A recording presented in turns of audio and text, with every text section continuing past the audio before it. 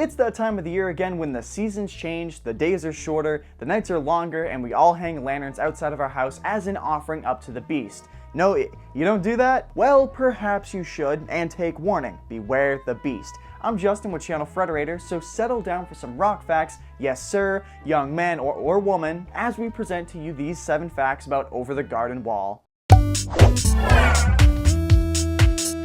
A lost film made in 1919 called Over the Garden Wall was one of the reasons for the title choice. It was a silent film and a romantic comedy about a young man who falls in love with a woman after he sees her over the garden wall. Creator Patrick McHale explained that this influenced the title because it tied back to early 20th century America and the idea of lost things, 2 big themes within the series. McHale also admitted that Bessie Love, the lead in the film, is one of his favorite actresses. Episode 9, Into the Unknown, has a scene where Wirt views his crush, Sarah, from over the cemetery wall. At one point, the same wall which he falls over and in turn is transported and lost into the unknown. Perhaps that was McHale giving us a nod to the old silent film. When McHale was fresh out of college in 2006, he first pitched a series Bible for a show called Tomb of the Unknown, that would later then be renamed Over the Garden Wall. However, another show that McHale pitched, Space Planet, got picked up instead. When Cartoon Network started a feature film department, they asked McHale to develop Tomb of the Unknown into a feature film instead, but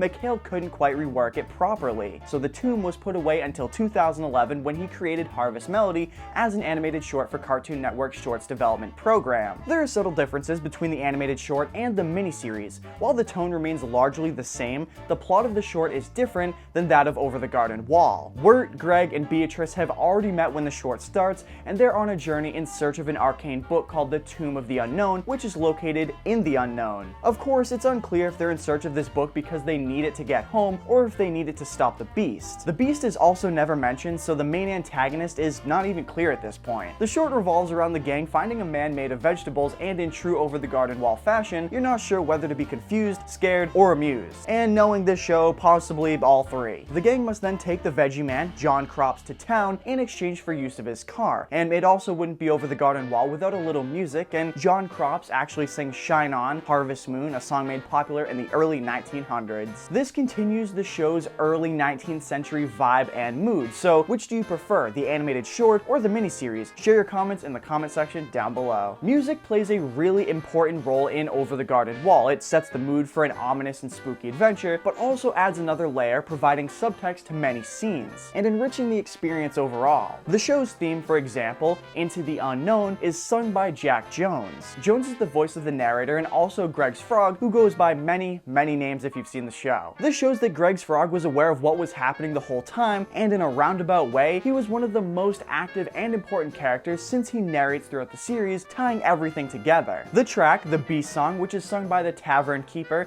is a very nice reference to Betty Boop, as they share a striking resemblance in appearance and tone, but maybe not in clothing. The Highwayman song is a nod to the same era, with the Highwayman dancing very similarly to Cab Calloway. This also adds to the timeless feel of the show, as Greg and Wirt don't know where or when they've traveled to. Greg sings Potatoes and Molasses, a silly and catchy tune to a bunch of sad school animals. This song is most likely inspired by Animal Crackers in My Soup, famously sung by Shirley Temple and Curly Top. The song also gets a reprise as Potatoes et Molassu. That's probably horrible. But it's a more solemn version of the song sung in Latin when Wirt discovers Greg becoming part of the Edelwood trees. The song ends with the line, "Grow tiny seed," calling back to the song Come Wayward Souls, nothing like a little brotherly bonding with some creepy Latin music about potatoes. If you ever wondered whether Greg and Wirt had other adventures while over the wall, well, wonder no more. Patrick McHale released a short comic written by him and illustrated by the show's storyboarder, Jim Campbell, in November 2014. The comic follows the internal monologue of Wirt as he and his brother, along with Beatrice, try to get to Adelaide's and find themselves faced with singing sailors in an upside-down hat in the middle of a field because, honestly, why not? After the success of the series, in August 2015, Kaboom Studios started producing a limited 4-issued miniseries that was written by creator Patrick McHale and illustrated by Jim Campbell. The first comic shows a smaller adventure of Greg and Wirt that takes place between episodes 3 and 4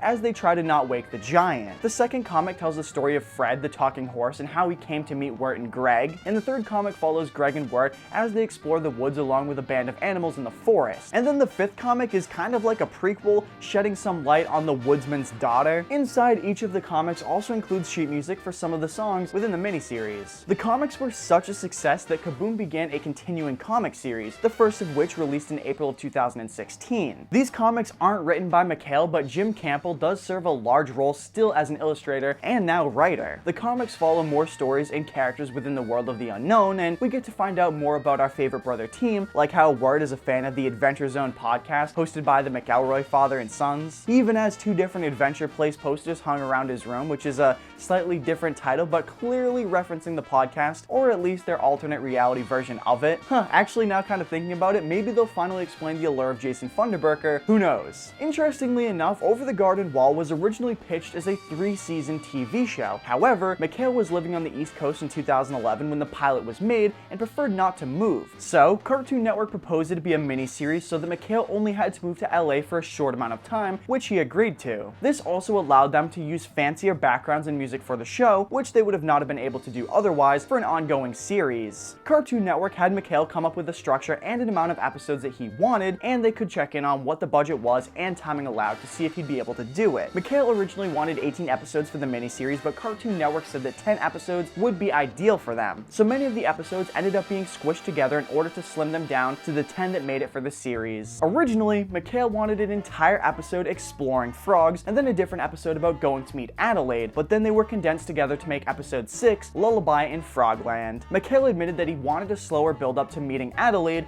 and wanted to have the boys spend more time looking for Beatrice and run into the woodsman again. At one point, McHale planned to do an episode about an old man who used children's bones to make dice. Ugh. And that the spirits of the children would try to warn Greg and Wirt to leave by singing a song. Creepy. McHale said that it got cut for obvious reasons, and another possible episode included a witch who took her skin off at night to dance and fly around while people slept. There was also a storyline that got cut about Wirt being a gentleman burglar, where he goes to steal from someone's house, but then the widow who lives there is just thrilled to have someone to talk to. McHale took this particular tale from a true story coming from the Gilded Age about a robbery that happened somewhere in Massachusetts. There was also meant to be an episode underwater and even a multiple episode mini-arc where Wirt and Greg were turned into animals, and it took a few episodes before they were turned back into humans again. A gentleman burglar, an underwater episode, an animal mini-arc. That actually sounds pretty good. It's clear that the main antagonist and villain in the miniseries is the Beast, but not much is known about him. We know that his goal is to make deals and take the souls of those lost in the woods, but his reasons for doing so are kind of glossed over. The Beast is rarely seen, just flashes of glowing eyes and antlers and just a voice in the dark, whispering. We fear what we don't know, which we might fear less what it actually is if we were to see it clearly or know what it is. Funny thing is, the Beast doesn't actually harm anyone in the show. It's all about the implication of what he could do. The fear of what he could do is what drives people into making deals with him. It's shown at the end of the series that the woodsman's daughter was never turned into a tree, but it was the woodsman's fear that drove him to make the deal and carry the lantern. Had he said no to the Beast and found his way out of the woods, he would have seen that his daughter was fine the entire time. The same thing happens when Greg makes a deal with the Beast and takes his brother's place. It's only when Wirt realizes that he'd rather know the unknown and see the Beast, facing his fears rather than give in to them, that he's able to overcome the Beast. Of all the things Patrick McHale wanted to accomplish with his miniseries, the main thing he was able to achieve was a certain mood. He wanted to create an overall experience for viewers when watching the series. Music was a big factor, but that was just one part of what helped McHale create the world of the show. McHale found inspiration in children's books from the late 1800s, folk art, and American music from the early 20th century. McHale also borrowed visuals from Gustave Duray, a French illustrator from the 19th century whose medium was wood-engraved illustrations. His work is reflected in such pieces as Paradise Lost and The Divine Comedy. McHale also cited Disney's early Alice shorts for influence, which were comedic live-action animation hybrids in the mid-1920s. McHale talked about Episode 8, Babes in the Woods, and how the homages weren't even supposed to be homages to the classic Disney-era type shorts, but they didn't have time to cover up and hide them as well as they did in other episodes. This all just helped to shape what has been described as a kind of whimsical neo-Americana. It brings forth a longing for a different kind of nostalgia, for what could have been or even the unknown. Well, that's it for now. I'm Justin, and thanks for watching 7 Facts About Over the Garden Wall. Did you like our picks? Do you have a favorite rock fact? Let us know in the comment section down below, and we have new videos dropping every day, so make sure to subscribe and hit that little bell icon to become part of our awesome notification squad. And as always, never forget, Frederator loves you.